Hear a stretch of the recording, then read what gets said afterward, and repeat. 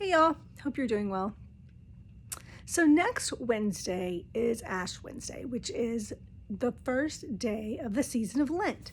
And Lent is the 40 days leading up to Jesus' death and resurrection that we celebrate in the church, kind of getting it ready for Easter. So Lent is to Easter as Advent season is to Christmas. So this year, I went on Amazon and tried to find some devotionals to read during the season.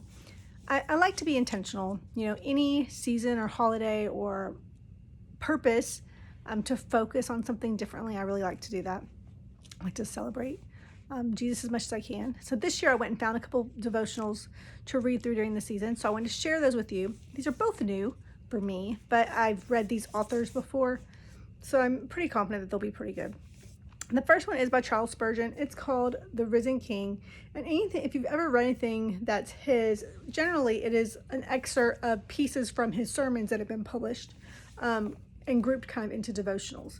So his writing is kind of archaic, or the way he talks is kind of archaic Old English.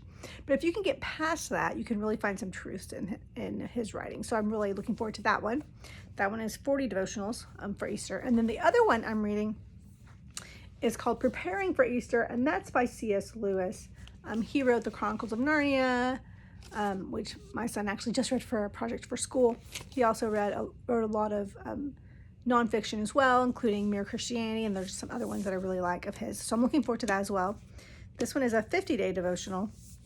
I just think anything that we can do to renew our faith, to help us see things a little differently, is a good thing. Not that we're always being tossed back and forth, but I think that God uses the way people see Scripture and the way people think about Scripture to kind of make us think. We don't want to just keep doing the same things blindly. We want to constantly be growing and constantly be getting closer to God and growing in our Christianity. So I think anything we can do that reminds us of what Jesus did for us is a good thing. So if you do something interesting during Lent season, I'd love to know about that. In a couple days, I'm going to talk to you about fasting and prayer, which is traditionally what happens during Lent season. So I'm going to talk to you a little bit about that in a couple days. But for now, I would just love it if you would share with me what it is you do, and then maybe I can participate with you, and we can just kind of share together. I think that would be fun. All right. Love you guys. Bye.